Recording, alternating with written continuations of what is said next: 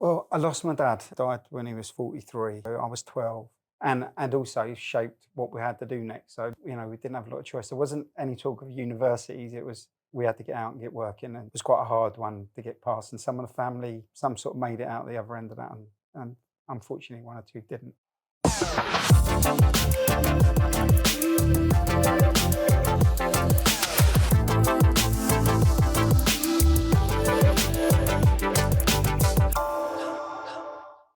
Welcome to the Silent Epidemic by Omniotherapy. I'm your host, Hatija Mehmet Quirk. Today we're excited to have Billy Quinn with us.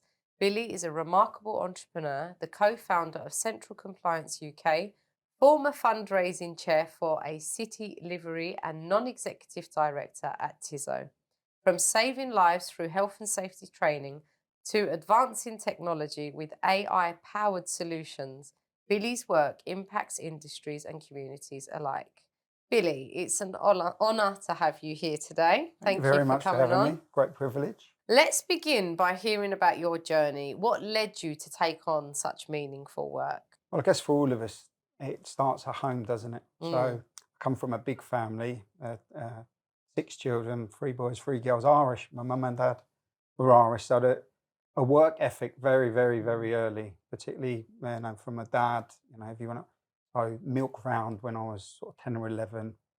I actually had a job in Petticoat Lane. I used to sell women's coats when I was 12, 13. So the work ethic was there from a very, very young age. Well, mum's and dad's family were sort of polar opposites, really. His family were hurlers, sports people, big drinkers, big Mm. socialisers. My mum's family were very religious. So her brother was a priest, studied in Rome, and was a Ah. missionary. Spent most of his life in places like Algeria and Sierra Leone and sort of all around. So we'd come back every few years, but educated. And another sister of hers was a nun. So they Right. were very academic. Right. So the two sort of shades in the family. But the thing that remained constant was sort of the work ethic and the values. So that I guess that sort of gets you on the road. That gets you started, doesn't it? You're Mm. going to work. You're going to work hard. You're going to try and be the best you can, and whatever you aim to do. And much of what I've got involved in, I guess, is like a lot of us, is that happened by chance or Mm. being in the right or the wrong place at the right or the wrong time. Yeah, yeah. So that's where it started. So you described there sort of your family, big family, Big and family. very different dynamics from mum's side to dad's side. How did you manage that? Well, I lost my dad at quite a young age. He died when he was 43. So I was 12. And my youngest sister was 8. So there's 2 years in between all of us. I don't know whether it's a Catholic Irish thing. I don't know what Mm. happened every 2 years, but there's Yeah. 2 years between between each and everyone. That definitely sort of shaped us a Yeah. bit. My mum was obviously on her own then, and she was a nurse. She was a psychiatric nurse. She actually worked in Oh, wow. a big hospital on the outskirts of Croydon, the Bethlem Royal. But she had come over from Ireland and studied to be a psychiatric nurse. She was a sister. I think that definitely, I guess, saw us in a sort of a Mm. different place. So, and also shaped what we had to do next. So the out to work thing was very Mm. much of because we didn't have a lot of choice. There wasn't any talk of universities. It was you know we had to get out and get working and sort of get on with things. And that did have a sort of a profound effect, I guess, Mm. on the family. Mm. That trigger was quite a hard one to get past, and some of the family, I think we all struggled, but that some sort of made it out the other end of that, and unfortunately, one or two didn't. Mm. So, but again, I guess you learn from that some of the life's hard lessons, don't you? And certainly gives you empathy as my career started to evolve. So my first sort of managing people job, I was a foreman in a sunny warehouse in Croydon. Um, and it was a standalone unit. I was only about 22. I was responsible for about 30 people. God knows how I got to it. I think it just showed a certain amount of inclination to get things done. And fortunately for me, I had quite a good education, like the Catholic education. I actually got kicked out of school, but I got the base. I got expelled when I was about 13. So Mm. soon after the dad thing, Yeah, I'm not yeah. blaming the dad thing. I probably would have got expelled anyway. Mm. I was at school wasn't I wasn't school school and me weren't great. I Mm. liked some of it. I liked the drama. I was very good at drama. I was actually Right. meant to go to a drama school when I was a kid. Oh, I right. called in mum and dad when dad was still around, but they didn't have the money. But Yeah, yeah. I was being taken out of the infant school to do plays in the senior school and things like that. I loved all Wow. that. Time again, I would maybe go back and do that. I got to do some of it corporately, get to Right. stand on stages and talk to lots of Yeah. people. So you do that. But from that foreman bit, I guess it's a people thing, isn't it? Yeah. In there, you get to face into people who are going through all sorts of Mm. difficulties in their own life, and you show empathy and you learn a lot from that. Mm. And then from that warehousing foreman, they put me into management, and then I started managing shops sort of around London, some lovely places. Stoke Newington was my first shop, Right. so and you learn loads there. You know, Stoke Newington, Lewisham, Yeah. Old Kent Road, all the Nice. sunny spots, and Yeah, basically yeah. you learn lots quickly about people Mm. and the difficulties they go through, and how to empathise and when not to empathise, Mm. and and how to help people through. So you've obviously mentioned quite an early trauma for you, Yeah, a big trigger, as you said, in your life. And if you don't mind me asking, at that young age, that big incident taking place, which changed the whole shape of your family environment. yeah, Um, but it seems like you talk about the impact of that and using it to your advantage to understand and empathize with people. Did yeah. you even realize that you were doing that at the time? Probably not. Probably. When you lose people very very young, you don't appreciate it at the time.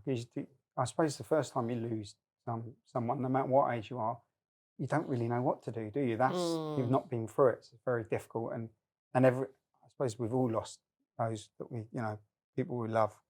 Um, but it was definitely energy. But for my younger brother, um, he got ill in his teens, and it's strange that the same thing had different impacts for us. So I remember him saying to me, "You'll never understand the way I think. If I could take my head off and put it on you, you would understand. But I can't do that. You don't think the way I think, and you Mm. don't feel the way I feel.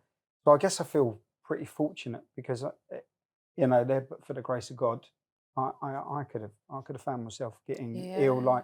like some of the other members of the family. My older sister got pretty ill, and as I said, my older brother. Fortunately for the elder brother, once they diagnosed it correctly, he recovered and he lived out. He actually died a year and a half ago from cancer. So, Oh, sorry to but hear that. he lived out his life fully once he got. Mm. But again, wrongly diagnosed. Yeah. Part of me thinks that if it was now, we would have got him. We would have got him there. In fact, Mm. I'm relatively confident we would have got him there because a we would have had a better understanding, Yeah. but secondly, we'd know where to take them to get the right type of help Yeah. because it's really hard, Mm. really, really hard Mm. to get the right type of help, particularly if you've never faced into mental illness Mm. before. So Mm. you don't understand what's going on. Yeah. And in truth, without being disrespectful, from an investment point of view into mental health care and social care, it, it's it's just inadequate to a degree where Mm. you're likely to go to a generalist. And the trouble with a generalist is they are a generalist and they do their best, but the likelihood is that they are prone to wrongly Yeah. diagnosed. So again, I think it still exists, and that's why, in terms of the work that you're doing, I think it's really, really, really critical Mm. and important to help people to understand that counselling and therapies are really important, but you've got to get to the right people. Yeah. And Yeah. I think for a lot of the population, they genuinely don't know where to go. Mm. I mean, I say this all the time, and anyone that knows me is probably bored of me saying it, but I will say it again. People automatically assume you have to go to the GP, Yeah, but there are help out there. There is help out there that is outside of the GP because, as you said, they're general. They definitely. don't have the knowledge and the expertise to support people with the correct understanding because it's just a general blanket statement. But just coming to therapy, for example, in talking through it, if the therapist isn't right for you, they'll signpost you to the person that is. Or if it is that you do require a psychiatric assessment, that will eventually come out within your therapy, and then you can be referred on to someone to get that assessment.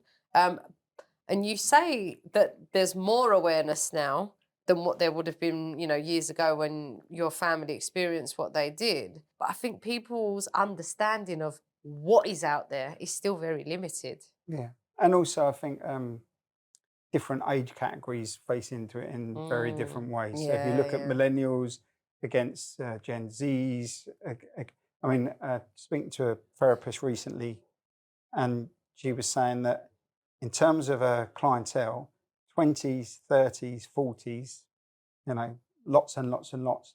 Men, Mm, 50s, 60s, non-existent. mm, So I think there's some stigma around mm, talking to people, that somehow you should be able to cope with things yourself, particularly in certain age groups.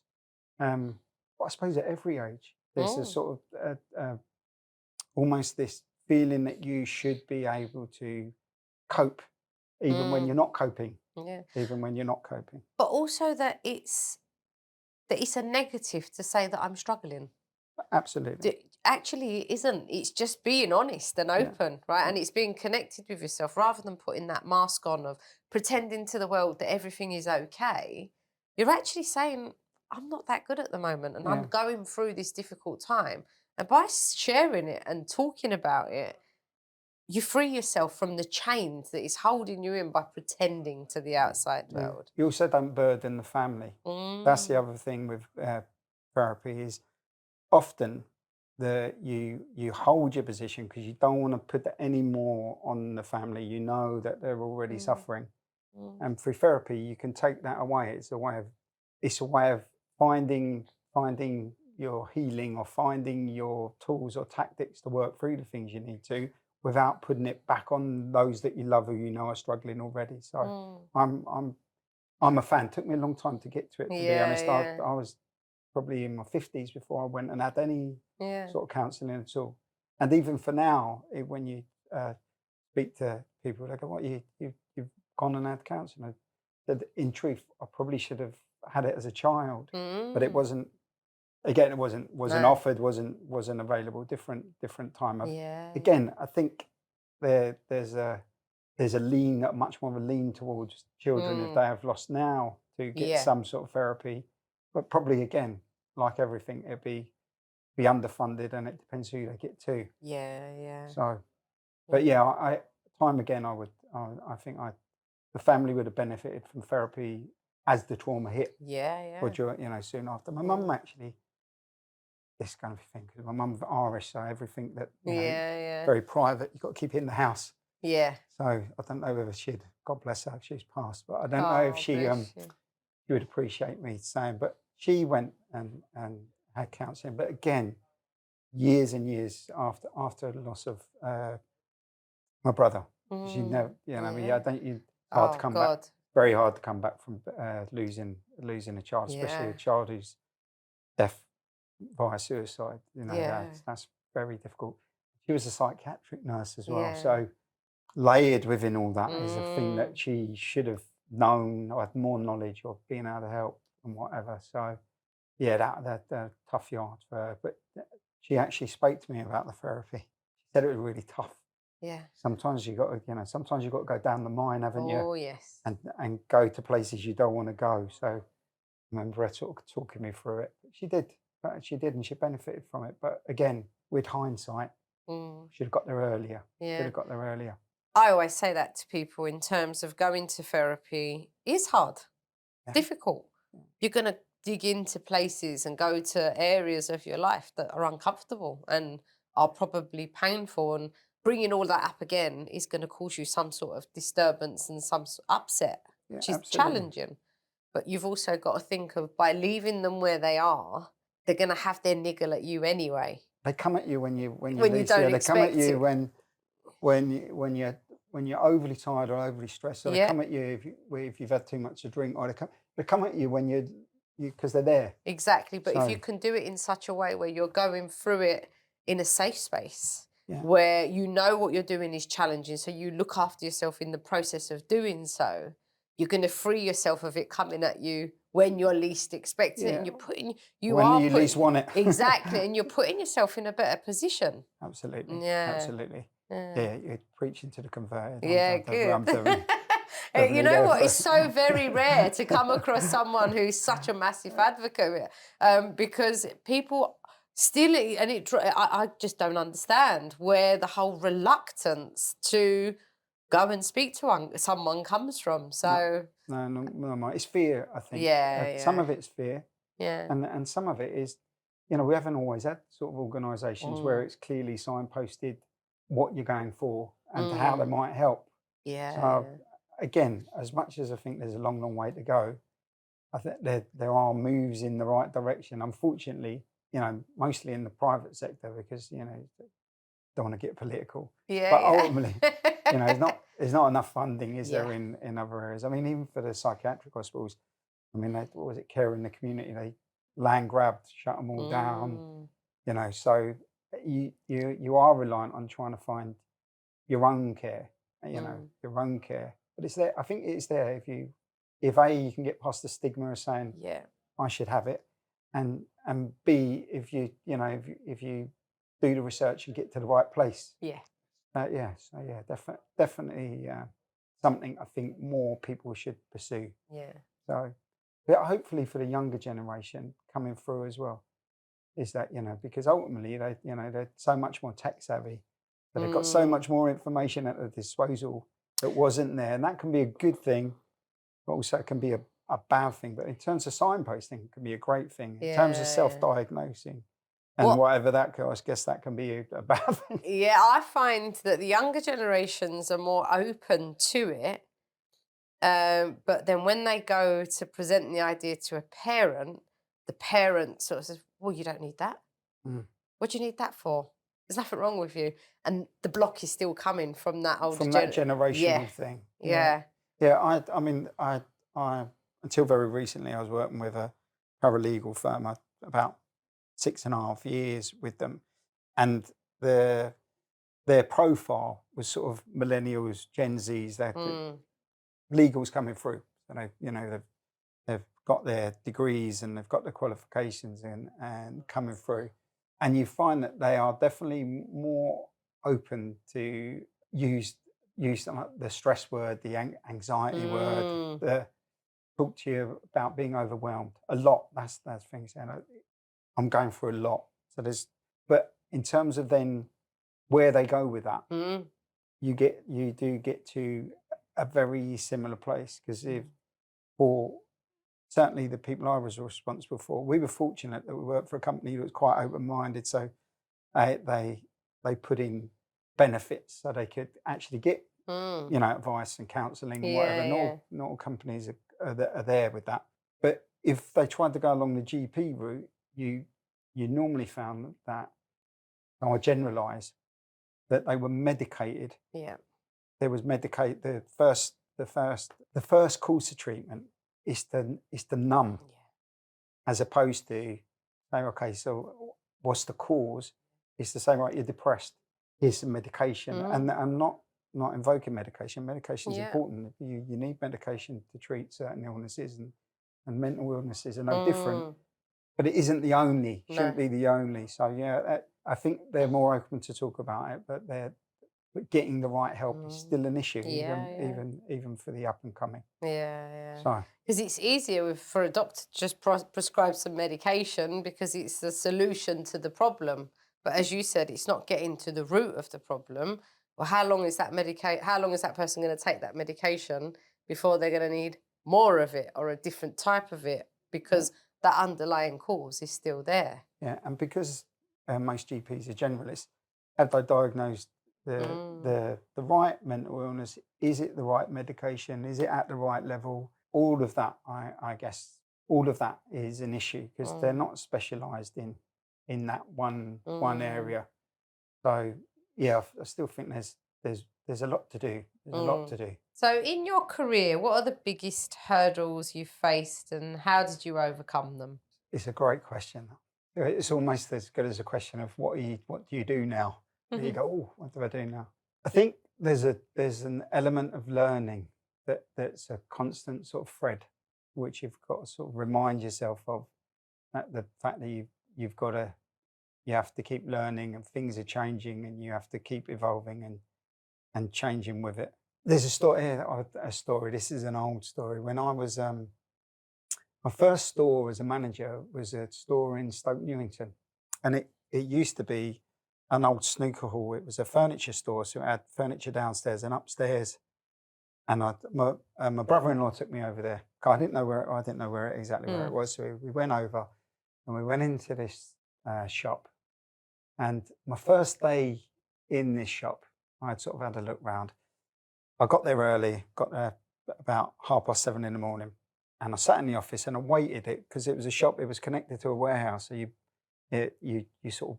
could buy and take away some of the stuff. Some of the stuff was delivered, so and I heard nothing. I waited at 8 o'clock, watched.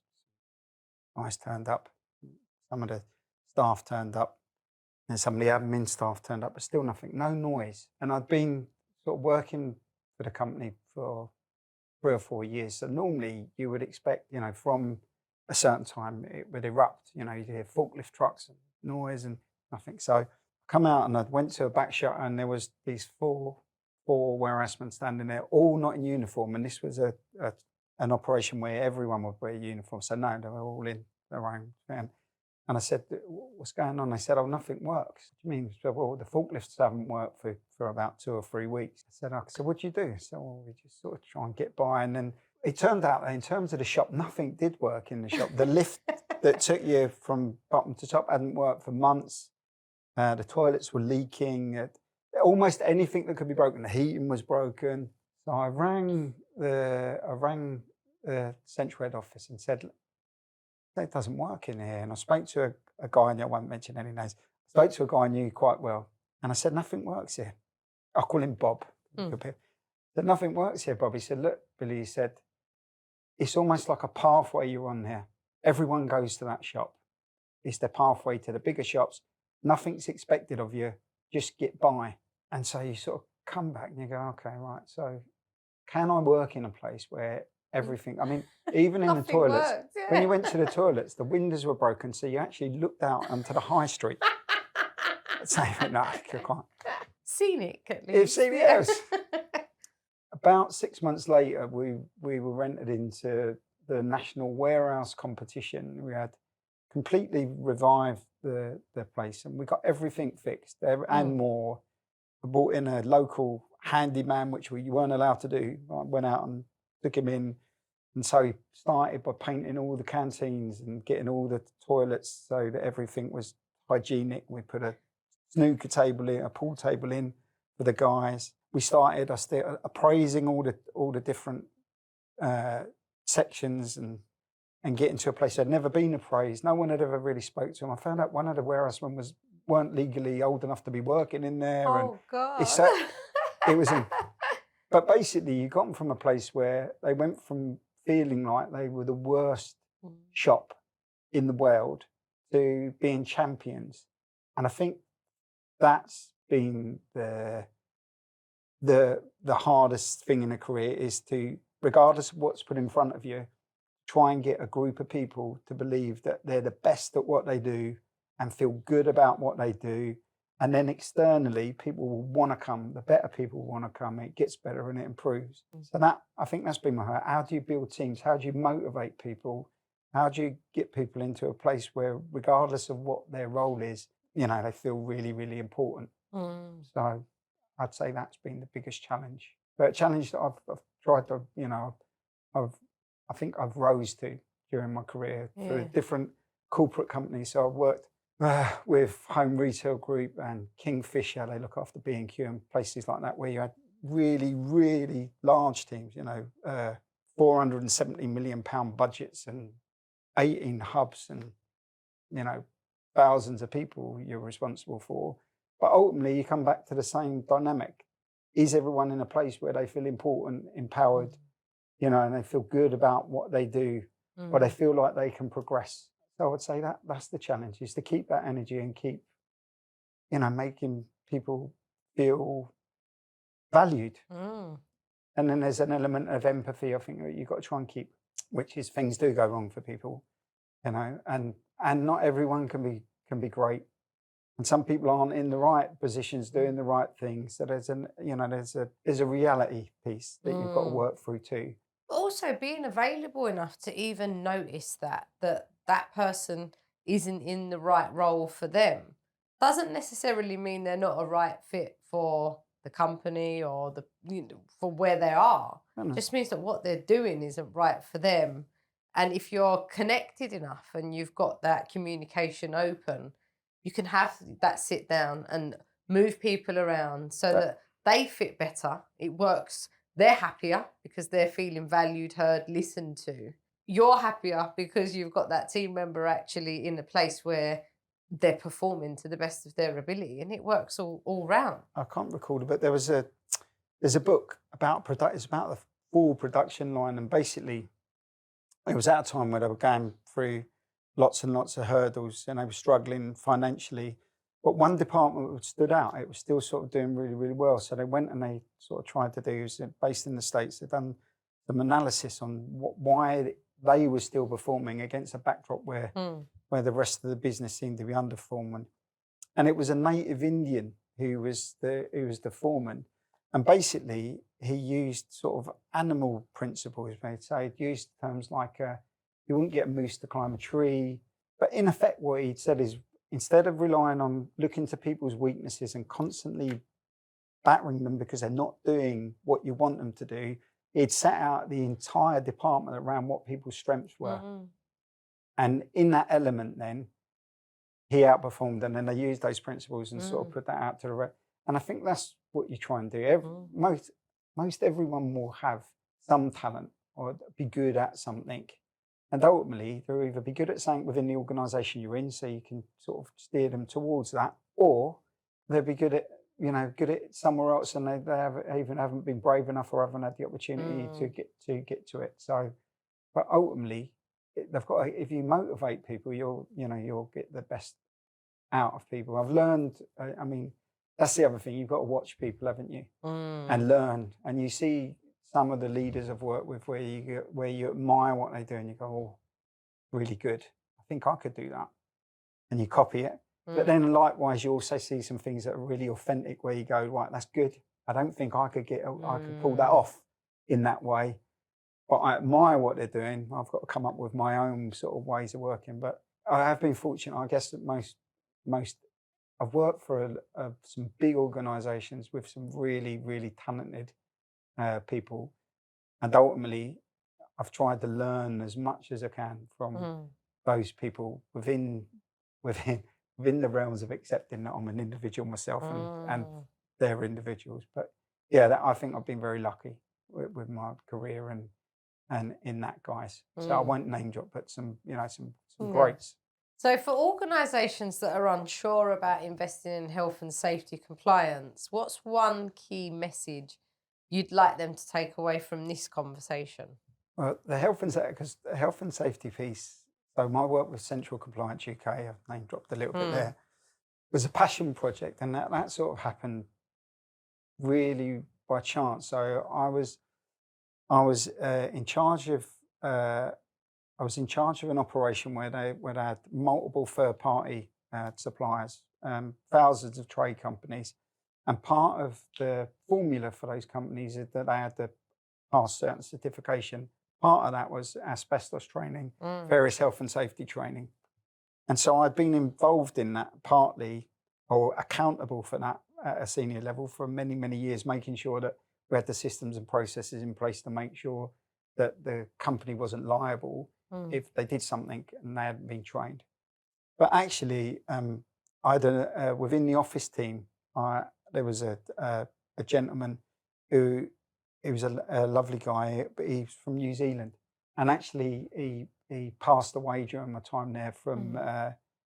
from cancer related to asbestos. Oh, wow. And I guess that really, really brings Mm. it home. In fact, I think there's a plaque at head office that there's a tree, plant a tree, and a plaque outside. And when I left soon after that, but I spoke to a friend of mine who had a marketing business, but also they were building platforms. And so we built the platform as a passion project. So it's nearly 10 years old now. In fact, the birthday this year, it'll be 10 years. And in truth, I haven't profited a penny from it in 10. It's probably cost, but in truth, it's probably not the greatest business decision in the world. Although there is currently, there's an investor very interested. They're talking about expanding the platform. The technology is very good. So the platform we built is very good, and the technology behind it is very, very good. Helped a little bit, I guess, by the fact that I've got some involvement with TISO, so we've got our own talented people in the background who can help some of this stuff. But if you can protect the people, it comes down to trust, I think. If you look for a keyword, I know when I've watched some of your other podcasts, which are very good, recommend them, get in there and have a look. They look for sort of keywords, and one of the keywords that I've used with the teams and the teams that I've worked with use is trust. In fact, I had a group of managers that followed me from across 3 businesses. We started in MFI. I left there about 4 years before they demised, which was very fortunate. Yeah. And then we went to Home Retail Group, which was Homebase and Sainsbury's. And then we went from there to Kingfisher, which was B&Q and Screwfix. And I had a consortium of about 40 managers, leaders that come each time over a period of time. And we had a phrase we use is, in you I trust. And I think that in you I trust is the key from a looking after your people point of view, is they trust that you've got their very best interests at heart. It doesn't mean that you're always going to make decisions which they're going to stand up and applaud, but they know at the back of everything you do, it's based on trust that you've got their best interest and the interest of that organisation at heart. Yeah. And I think if you know that employees are facing into health and safety challenges or mental health challenges or challenges generally, you won't gain their trust, and you certainly won't gain their loyalty unless they see you actively working to put structures in place to support them and help them. Because otherwise, without that, you're almost leaving your employees with that feeling of They don't care. they're just little pawns, I suppose. They're fulfilling a duty. They've got a job to do. You get in, you get out. You're not actually connecting with the fact that that is a person. Yeah. They're more than just a role. Yeah, people often talk about that, the way they say, oh, you're not really important, you're just a number. But so I think through various initiatives to show that people aren't, they mean much more than that to you. I mean, I know that sometimes there's this debate around where you say we're a family, which I don't hold that sort of element of family, something different. But certainly there's companies where you say, right, I think the company care. Yeah. And I think if you work for a company where they care, you care too. You're going to put that much more. I think certainly for some of the people I've been responsible for during my career, I've been, I'm glad that we've tried to and put things in place to try and support them through life's, through life. Life's not easy, is it? So, people are going to have challenges, and you either leave them to swim that on their own, and some of them will, or you give them the tools. Again, I think during my time and the experience I've had, finding the right help for you or for those that you love I can't say how vital that is. So I think it's the very least you can do is to say, look, we've got things in place to support you when times get hard, because we care. In you we trust. And I think that again, there's some companies that are very, very good in that space. Hopefully that answers that one. Yes, it did. So you mentioned TISO. You're at the forefront of creating AI-powered solutions for case management and vulnerability detection. What inspired you to venture into this space? Well, this is a good subject. Mm, Yeah, we're very excited about Tizzo. In terms of the work, particularly that we were doing on a paralegal basis, it was about access to justice. It was about people who couldn't afford to have lawyers and couldn't afford to take action, helping those organisations that help those mm, uh, people to, to get through. And probably spent I spent 10 years as a non-executive director and then as chair for a while, and then I joined as the group managing director. And what we recognized is that in terms of the size of the need, it is considerable. People, mm, a lot of people need help, particularly around legal situations where they've bought things and they don't know where to go, or even from a real base point of view, their utilities stop working. mm, They need help. And what we got to was that as an organization, the only way that we could help more people was to improve our technology, because we couldn't afford to keep in old money putting bums on seats. So you couldn't say, look, it's getting bigger, so we need more people, more people, more people, because ultimately the funds weren't there to do that. mm. But we were fortunate enough to start working with Tizzo, and very quickly got to a point where we realized that the technology could do lots more than it Mm. was doing. So it could very quickly, with with a lot of skill in terms of the team at Tizzo, the developers are outstanding. So we went from a place where about 20% of what the legals team looked after would be automated, to a place where about 80% of what they did was automated. So Wow. instantly the team become bigger. But then what we started to recognize was there were still some gaps whereby, because of the way that processes work, people who were very vulnerable in various guises weren't identified quick enough and didn't come through quick enough. So we started to work on technology that would identify through language and Mm, identify through algorithms who was vulnerable, mm. so that we got to them quicker, or we could navigate them in a different way. We could Yeah. help far more effectively. And that technology has then come out of this paralegal sector and is being used in various sectors. This year alone, the National Fraud Association, some financial organisations, because again, you have, in terms of access to justice and people with complaints, that's a growing element Mm. in terms of preventing scams. There's so much where if Yeah. you can really get into who this person is and what they need very, very quickly and effectively. I mean, and we've got some very smart people, much smarter than me involved. We've got some professors from Oxford involved, Mm. and various entities. So we're very, very, very excited. You see situations now where I look at it and say that could have been prevented had they been using Yeah, Tizzo yeah. technology. I mean, even down to, and it's probably a bit political, but I'll do it anyway.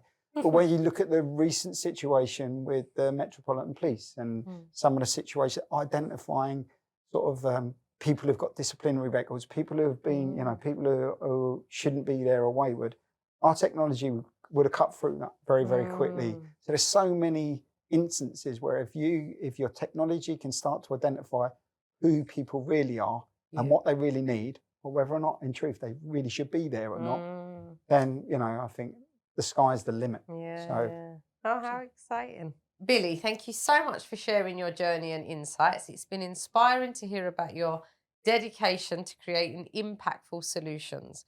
Before we wrap up, is there one piece of advice or encouragement you'd like to leave with our listeners? this from a business perspective, or is this just generally? Just whatever springs to mind. It's The difficult, isn't it? key thing that you want to leave with us. It's difficult, isn't it? I guess because there's so much advice around. Not all of it's practicable, and some of it's about getting hits and getting likes and social media. And don't get me wrong, I'm a fan of some social media. What would I say? I would say, certainly from a business perspective, resilience is probably Mm, is one of the keys, because regardless of what you might view online, where you get these gurus that say like it was easy and I just lent hundreds of millions and that's not that. in my experience and lots of other people's experience, that's not really the way things work. You have to keep knocking on doors. You have to keep reworking what you're doing and asking yourself whether or not that's the right path and process. And when I was at Home Retail Group, they had me start. I worked. They had a system hub in Wallington. I was based near Croydon, so it was easy. So I got in with all the tech guys very, very early. So this is going back probably 20 years ago. So I would go in there, and we had to build various systems. And at the time, they would use. This sounds bizarre, but they would use brown paper maps to go around. So this is when the technology. And this is the tech center. They would use power. But basically, what they worked on they would work on processes, and what you got was you had to keep going through these processes over and over and over again. Look for the pink spots and look for the sort of the red spots and where things fall over, and keep reworking it until it sort of starts to come out as you want it. And ultimately, then the job's not over. Then you've got to go back and say, right, how do we make this better? How do we make this better? So I think if you wake up in the morning, you say, I've got it. I've really got this. Pride. Pride comes before a storm. Is that the phrase they use? You're probably going to get a whack. It's coming. Look for it. It's coming.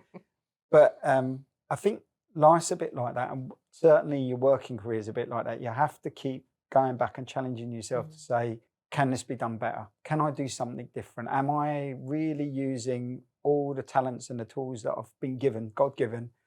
I'm not trying to be religious, but you've been given. Am I getting the best out of myself? Can I learn more? Can I do something different? And if you've got any business idea, again, you've got to really, really dig in, because it's very unlikely that you're going to, knock on the door of Amazon or Google or one of the big sort of audit houses and say, oh, I've got this great idea. And they go, oh, come in and, let's go. It doesn't, you're going to have to really dig in and work. And I suppose the second bit is, get some good people around you. You get good people is what I've been very fortunate, particularly during my early career, is I managed to get some really good people around me, people that cared, people I'm still in touch with, people. There's a group, we called it, it's terrible, we call ourselves the Old Gang. And I think the Old Gang are meeting again in March. And these are sort of men and women that I worked with, 20 odd years ago. But 2 or 1, I think I could ring all of them up and say, look, I'm in trouble, or I don't know what to do with this, or can you back this, or you work in this industry, can you? 2 or 1, I think I could go back to them. So I think, you don't want to you can't do it on your own. You have to have people with you. Also recognize what you don't know. Don't be too proud to go and find it. There are specialists and experts who just have knowledge that you're never going to have. And you've got to know the time to cut off and say, this is something I need help with. Who's the right person to help? And so just because you're the leading, or you're the managing director or the CEO or the director of a business, you're not expected to have all the answers. The best people I've ever worked with are people who asked other people for the answers. And I think, you have to stay humble enough to know that. Thank you. And to our listeners at home, thank you for tuning in to the Silent Epidemic. If you've been inspired by Billy's story, don't forget to like, share and subscribe. Stay with us for more thought-provoking conversations next time.